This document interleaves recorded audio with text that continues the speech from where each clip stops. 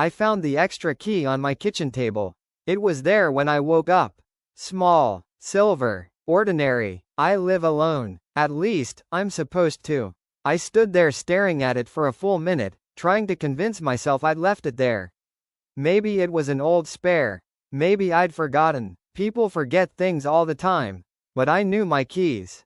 House key, mailbox key, storage unit key. This wasn't any of them.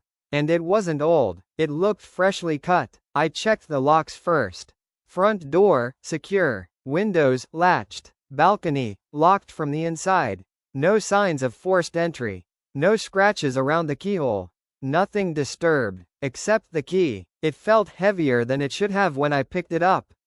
Cold. Smooth. Real. I told myself there was a logical explanation. There always is. Until that night, at 1:13 a.m., I woke up to the sound of my front door unlocking. Slowly. Carefully. I didn't move. Didn't breathe. The sound was unmistakable. The quiet metallic click of a key turning in a lock. My lock. Then the softest sound of the door opening. A shift in air pressure. A whisper of hallway air sliding into my apartment. Footsteps. Light. Measured. Walking across my living room. I squeezed my eyes shut, pretending to be asleep. My heart was pounding so loudly I was certain whoever was inside could hear it. The footsteps stopped outside my bedroom door. Silence. Then, another soft click.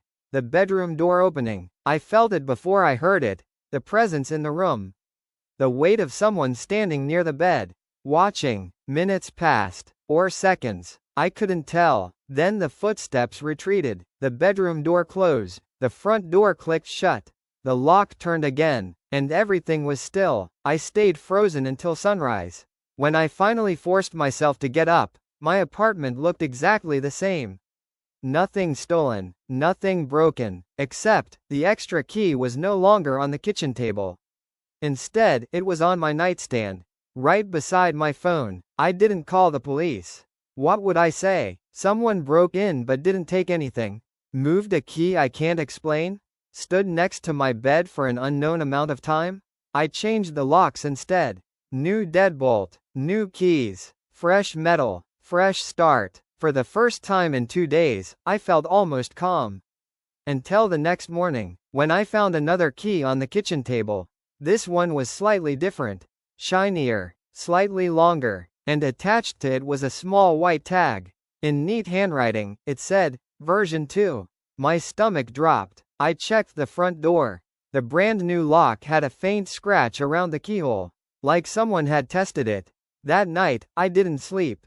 I sat in the living room with every light on, staring at the door.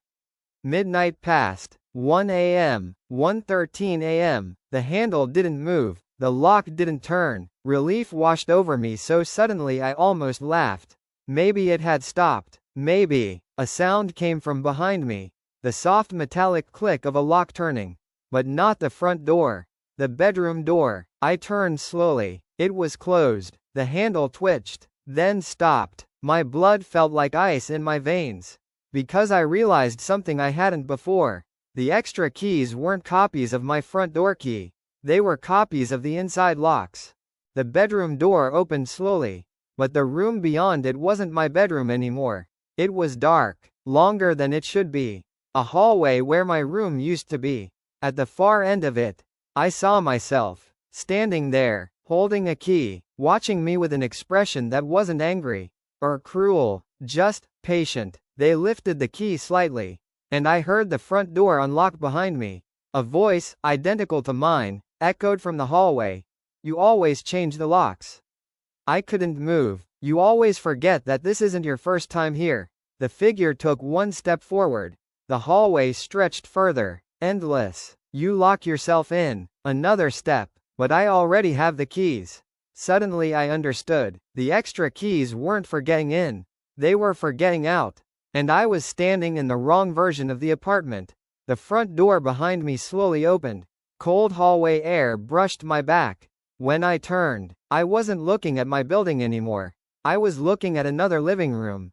Identical, except someone was asleep in the bedroom. Someone who looked exactly like me. On their kitchen table, a small silver key. Waiting. And somewhere behind me, in the dark apartment I had just left, I heard my own footsteps walking toward the bed.